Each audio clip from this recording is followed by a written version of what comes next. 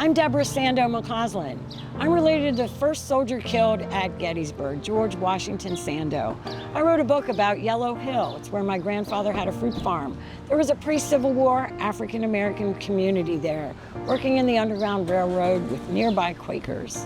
My name is Alisha Wansel Sanders, and I was also born and raised here in Gettysburg, and I'm a proud descendant of Edward Matthews, who founded the community called Yellow Hill. As a history teacher, I think it's so important that we preserve Gettysburg's Black history. Thank you for joining us here in Gettysburg as we dive into its little-known Black history. As you may already know, the largest battle anywhere in the entire Western Hemisphere was fought here in Gettysburg. The three-day battle in July of 1863 helped the Union turn the tide, and 2 years later, the Union Army won the Civil War. We're standing here in Lincoln Square, which was a traffic circle today. In 1863, it was known as the Diamond. Several months after the Battle of Gettysburg, in November of 1863, President Abraham Lincoln was invited here to the David Wills House to dedicate the National Cemetery, where some of the soldiers were buried. He spoke for 2 minutes and gave one of the most respected speeches in the history of the world. Lincoln Square itself has rich African-American history if you know what to look for. Let's go down to the train station now and see where President Lincoln arrived in this town on the evening of November 18th. This is where President Lincoln arrived on the evening of November 18th, and William Johnson carried his bags up Carlisle Street to stay with the family of David Wills at their home. Few people know that Abraham Lincoln had a servant who traveled with him to Gettysburg, a Black man named William Johnson. When we come to Gettysburg, we don't think about William Johnson because many historians don't tell his story, but he was here assisting Abraham Lincoln. This is the David Wills House. David Wills was a prominent local attorney and superintendent of schools. It was here that President Abraham Lincoln was invited to sleep the night before the cemetery dedication, and where he put the finishing touches on the Gettysburg Address. Above this restaurant was Fattius Stevens' office. We'll talk about him in a few minutes. The county courthouse once stood in what is now Lincoln Square. During that time, Francis Scott Key, author of the national anthem, the Star-Spangled Banner, arrived here to manumit or give freedom to Clem Johnson, one of the people that he enslaved in Maryland. Johnson paid Key $5 for his freedom when Clem was 45 years old. After he got his freedom, he returned to Carroll County, Maryland to live with his family as a free man.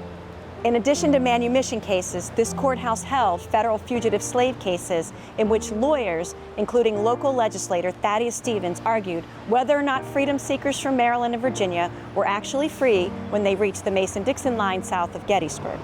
Slave ads placed in local newspapers showed that freedom seekers were kept in our jail here on the square, just off the square, awaiting a trial. Whether the enslaver, his agent, would come and claim them was to be determined.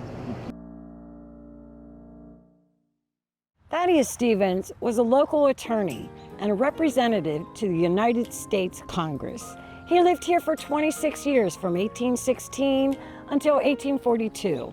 Stevens was born in Caledonia County, Vermont, and raised in poverty by a single mother who believed in the importance of an education.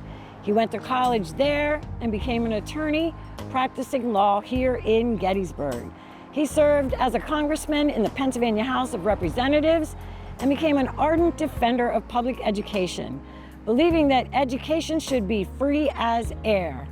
In fact, he sold his personal property to create an institution of higher learning, first known as Pennsylvania College, later named Gettysburg College. Stevens was a trustee of the college for many years.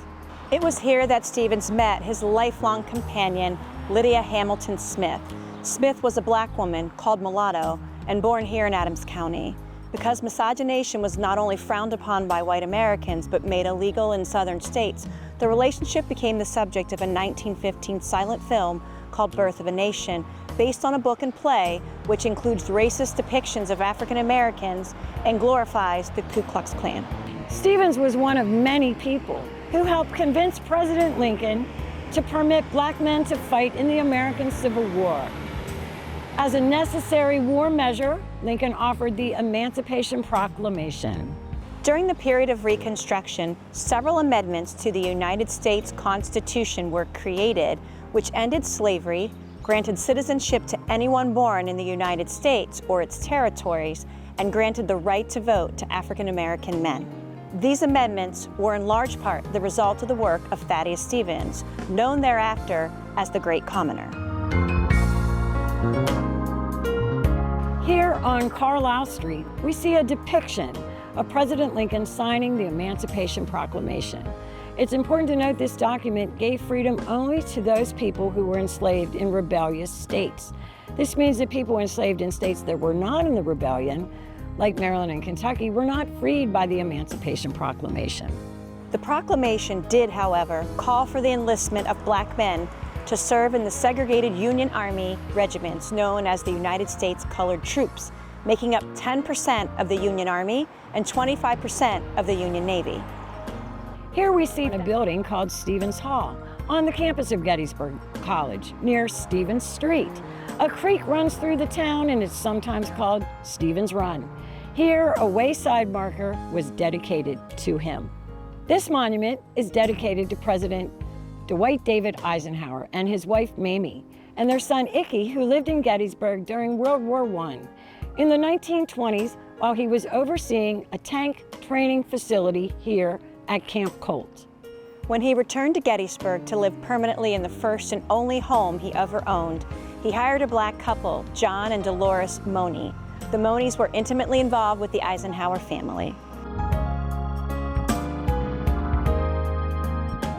We know that over 100 men from Adams County served with the United States Colored Troops. 30 of them are buried here in Lincoln Cemetery.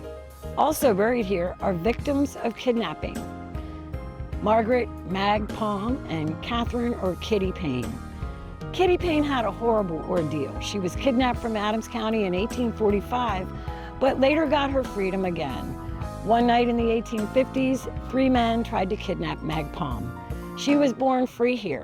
Palm reported that she bit the thumb off one of those kidnappers. I don't know about that, but she definitely did name them and tried to prosecute them here in our courts. But those men had alibis, and she got no justice. Many people buried here were born in Maryland and Virginia and escaped slavery for a free life in Pennsylvania.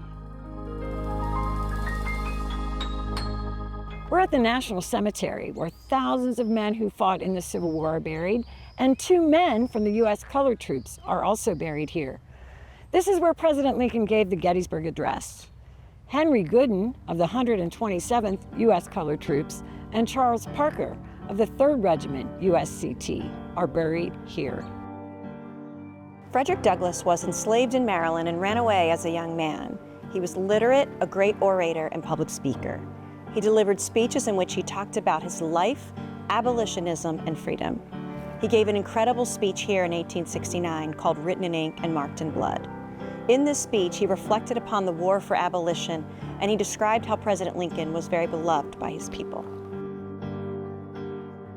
Reverend Dr. Daniel Alexander Payne was a minister, and then he became a bishop in the African Methodist Episcopal Church, and later wrote and published the history of that church. He was an educator, an author, a poet. He wrote hymns. He was college administrator of Wilberforce University in Ohio.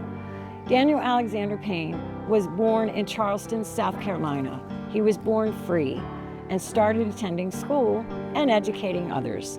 A law was passed in South Carolina that Negroes were not entitled to be educated. So he left the South and went to New York City. There he saw an advertisement in the newspaper about an opportunity to attend a college in Gettysburg at the Gettysburg Lutheran Theological Seminary.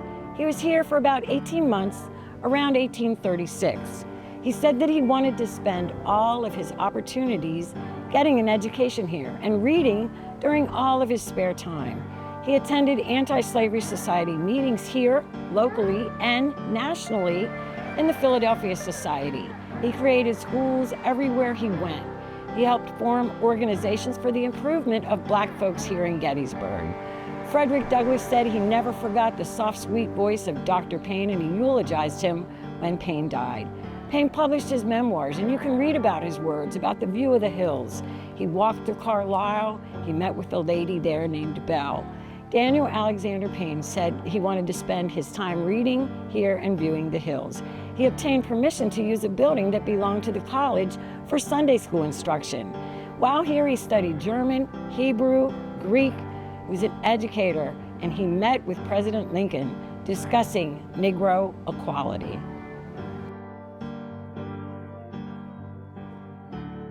Thank you for joining us on this brief Black History tour of Gettysburg, Pennsylvania. We hope you'll come to Gettysburg and learn about these stories, discover these histories, and return here and see this town in a different way. So come on back to Gettysburg and experience all the history that happened here.